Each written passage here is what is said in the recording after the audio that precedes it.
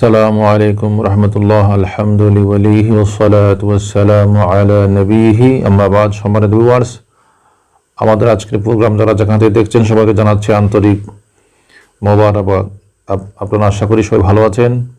আজকে আমরা আলোচনা করব পবিত্র শবে কদরের রাত্রি আল্লাহর পক্ষ থেকেই ফেরেশতারা পৃথিবীতে অবতরণ করেন এবং তারা কি কাজ করেন সে সম্পর্কে। সম্মানিত ভিউয়ার্স, মিশকাত শরীফের 182 পৃষ্ঠার মধ্যে হযরত আনাস রাদিয়াল্লাহু তাআলা আনহু একটি হাদিস রয়েছে। আল্লাহ রাসূল ইরশাদ করেছেন, ইযা কানা লাইলাতুল কদরি নাযালা জিবরিল আলাইহিস সালাম ফি কুবকাবাতিন মিনাল মালাইকা ইউসাল্লুনা আলা কুল্লি আবদিন কাইমিন আও কাঈদিন ইয়াযকুরুল্লাহ আযজা ওয়া জাল্লা ইলা আখির হাদিস।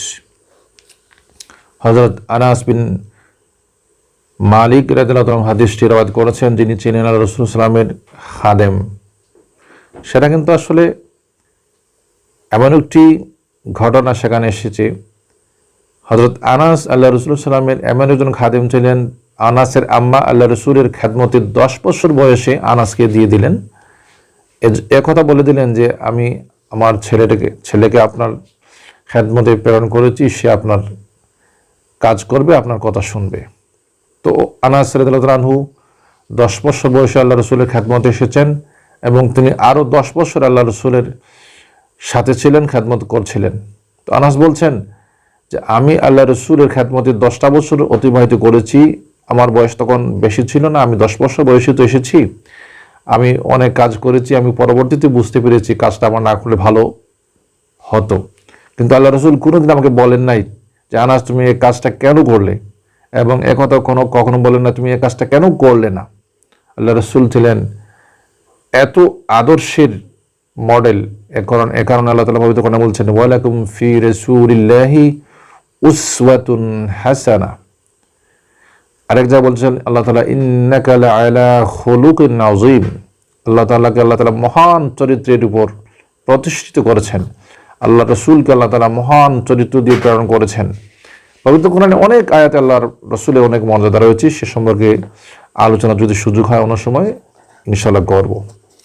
তো সে আনাস সাহাবী বলছেন যে আল্লাহ রসুল ইরশাদ করেছেন, ইযা কানা লাইলাতুল কদরি, যখন লাইলাতুল কদর রাত আসে, নাযালা জিবরিল আলাইহিস সালাম, আল্লাহ রসুল সাল্লাল্লাহু আলাইহি ওয়াসাল্লামের ঘোষণায় আমরা জানতে পেরেছি যে জিবরিল আমিন পৃথিবীতে অবতরণ করেন। যেহেতু পবিত্র কোরআনে সে সম্পর্কে বলা আছে, আল্লাহ বলছেন তানাজ্জালুল মালাইকাতু ওয়ার রূহু। সূরা কদরের মধ্যে আল্লাহ বলছেন যে এর অধীনে সমস্ত ফেরেশতারা পৃথিবীতে অবতরণ করেন, পাশাপাশি রুহুল আমিন ফেরেশতা অবতরণ করেন।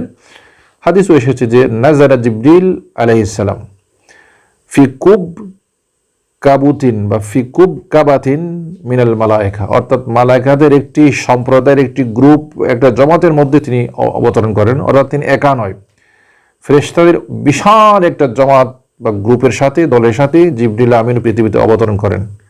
তো কি কাজটা করেন? আল্লাহ রাসূল বলেছেন, ইউসাল্লুনা আলা কুল্লি আবদিন কাইমিন আও কাঈদিন ইয়াযকুরুল্লাহ আযজা ওয়া জাল্লা। আল্লাহ রাসূল বলছেন ওই সমস্ত ফেরেশতাগণ পৃথিবীতে অবতরণ করার পরে তাদের কাজটা হচ্ছে যে আল্লাহর যে সমস্ত বান্দা দাঁড়িয়ে আল্লাহর ইবাদত করছে, বা যে সমস্ত বান্দা বসে বসে আল্লাহর বন্দেগী করছে, অথবা যারা এ রাত্রিতে জেগে থাকছে, এই রাত্রির মর্যাদা উপলব্ধি করে, এই রাত্রির মর্যাদার গুরুত্ব দিয়ে যারা জেগে থেকে দাঁড়িয়ে আল্লাহর বন্দেগীতে সময় ব্যয় করছে, নামাজ পড়ছে, তেলাওয়াত করছে, জিকির আজকার করছে, বা যে কাজই তার পক্ষে সম্ভব হচ্ছে করতেছি, বা যারা বসে আছে বা বসে বসে আল্লাহ তাআলার বন্দেগী করছে।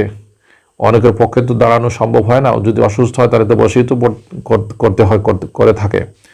তো যারা এই রাত্রিতে আল্লাহর বন্দেগীতে সময় ব্যয় করবেন, আল্লাহর বন্দেগীর জন্য সময় ব্যয় করবেন, নামাজ, রোজা, তাসবিহ, তাহলিল, জিকির আজকার, তেলাওয়াত, এই সমস্ত কাজে যারা ব্যয় করবেন, ওই সমস্ত বন্দেগী, ওই সমস্ত বান্দার জন্য সমস্ত ফেরেশতারা ইউসাল্লুন, তারা কি করে থাকেন? দোয়া করতে থাকেন, সুবহানাল্লাহ।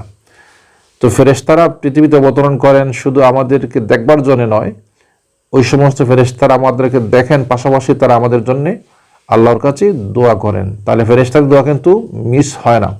সমস্ত ফেরেশতা হচ্ছেন মুস্তাজাবুদ দাওয়াত, অর্থাৎ ফেরেশতারা আল্লাহর কাছে যে প্রার্থনা করেন, যে দোয়া করেন, আল্লাহ তাআলা সেটাকে মঞ্জুর করেন, সেটাকে না মঞ্জুর করেন না।